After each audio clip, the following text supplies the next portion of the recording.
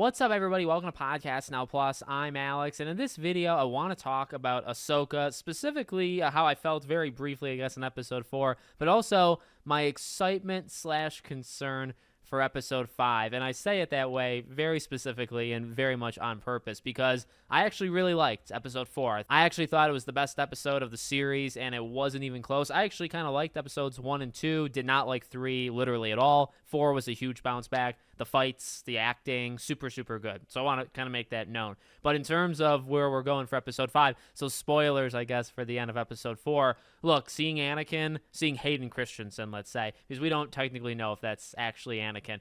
It's incredible, okay? And I know people have been saying things on Twitter where it's like, hey, let's not make too big of a deal about it because he was in the god-awful Obi-Wan show. This isn't the first time that we've seen Hayden Christensen since Episode 3. Like, we just saw him, and we kind of tried to all erase that from our memory. That's true. But I think just the way of the relationship between Ahsoka and him and the way they filmed that scene, you know he's behind her and she's blocking him perfectly, and then the camera moves and it's him and de-aged, and there's that controversy, I guess, going around. But where I'm really going with this is it's great to see him. It's cool that we're about to have some sort of thing going on between them, whether there'll be flashbacks, flashbacks literally to like the Clone Wars era, whether there's something kind of evil afoot there. People have been saying like the Darth Vader theme that played right after that, right when the screen went dark. Does that mean anything where that's not actually him, or like maybe that's something else, or maybe it's him after he has already fallen to the dark side? So there's some things to play around with. But here's what I'm pretty concerned about, and I'm concerned about it. You could say, well, Alex, we don't know for sure if they're doing it, but there have been leakers that have kind of said that's exactly what they're going to do, so it makes me even more worried. The idea of a Star Wars multiverse is something that I never want to do. For the longest time, with this whole Disney trilogy that's gone on, I've never shied away from my thoughts about it. I despise it. For the longest time, though, people have said, well, what if the end goal, and I think this is honestly the goal, what if the end goal is to kind of erase George Lucas's stuff? Get rid of Luke, Han, and Leia, the original trilogy, which, to be honest with you, they kind of already succeeded in that one. They've made Luke pretty much a terrible character throughout their entire history of having Star Wars. And then what they did with Obi-Wan is you murder in front of our eyes, not literally, but I mean, in a way, yes, two iconic characters from the prequel. So is the end goal to basically set, and this is what scares me, is it to say that episodes 1 through 6, and then I guess 7, 8, 9, but I try to pretend like they don't matter and they're not actually there,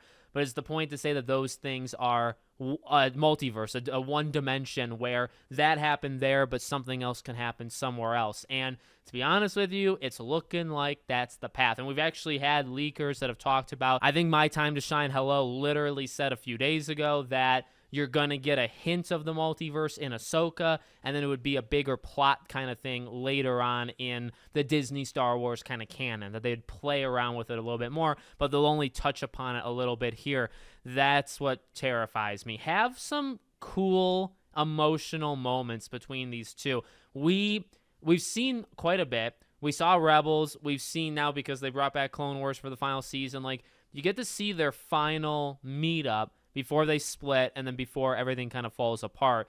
This is like a chance to really talk about Anakin's fall and Ahsoka's guilt, which they touched upon, right? Balin kind of almost mocked her, kind of at least brought it up to her, right, earlier in the episode of, and I like that. I want to kind of explore that with a live action Ahsoka show, and I hope that's what they're going to do. It seems like it is, where does she have, and I think we all know she does, but let's really explore it. How much guilt, what kind of guilt does she have knowing her master is the cause of all the stuff that happened? That's cool. Now you get to do it literally with Hayden Christensen. That's incredible. You don't have that opportunity often, so please, for the love of God, don't F it up, okay? But on top of that, if that's like the backdrop and the main thing is we're going to talk about the multiverse, and well, Anakin turned to the darkness in one universe, but in another universe he never did. Let's please, for the love of Jesus Christ, let's not do that. And that is what absolutely terrifies me. Not necessarily, and this is going to be maybe hard to articulate or to even like prove that people are kind of right in feeling it for this next episode.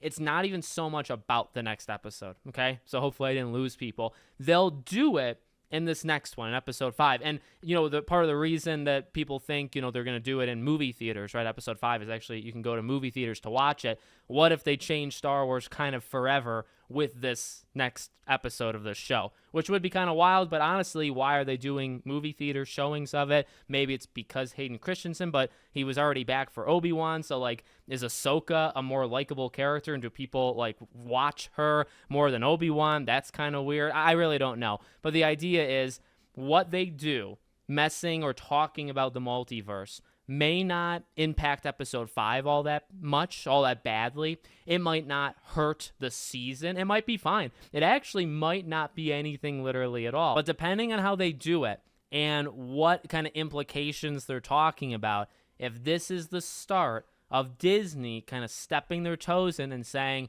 we now have an out. We now have an out to say certain things happen here. We are really going to start to distance ourselves, and we're going to do stuff over here. Now, that might have to mean putting episodes 7, 8, 9 with it. You might actually have to trash, but see, with the Rey movie, I don't really know how that's going to work, right? But that could be the idea. Put 7, 8, 9, maybe you're throwing that in the dumpster along with all of George Lucas's stuff, and then you're going to do your own stuff somewhere else. They're going to the right, you're going to go to the left. And if episode 5 is worded, I'd say, the wrong way, or if it's emphasized the wrong way, I could see that being the long-term goal. Like, that's how I'm thinking about it. It's not just about episode 5. It's about the long-term goal of Disney, and in my opinion, kind of just ruining, destroying, not caring about Star Wars. It's going to be interesting. I know I'm talking very, very down on it, and it is just because what have they really given me to get it? Besides this show, which is pretty good, I haven't watched Andor. I know people think, like, that's maybe the best thing that Disney's done with Star Wars. They've done a couple good things. Rogue One I really liked, but overall, I'm not pleased literally at all with Disney Star Wars, and I'm just very, very worried about introducing a multiverse kind of possibility, because there's their out to throw everything George Lucas did in the garbage. And I feel like they've been waiting for that. And then if this is how they're going to finally implement it, that scares the living heck out of me. On the bright side, episode 4 was really good, and I hope episode 5 is just as good as 4, because I'd like a good Star Wars show kind of from beginning, episode 1 of the season to the final episode of the season. Again, not having watched Andor, maybe that's already happened. But besides that, I really don't know if you can say they've ever done that, or a movie that's good from beginning to end, besides Rogue One, I guess. I don't know. It hasn't been good. This show's been pretty solid so far, but people have some issues, actually, with episodes 1 and 2. I think 4 is kind of universally liked. I'm happy about that. I think Ray Stevenson, right, the guy who passed away, the guy who plays Balin, I think he's super good. I really like that character, and it really, really sucks that he's no longer around, because I would have liked, I don't know how it's going to end with him in this season, but I would have liked to, I guess we need to see it. We need to see how they end it, and then if they end it open-ended, that's going to kind of be disappointing, because it's like you never get to finish that. So let me know what you guys think in the comments. Make sure, as always, you're subscribed, bell icon turned on, and I hope to see you all on the next one.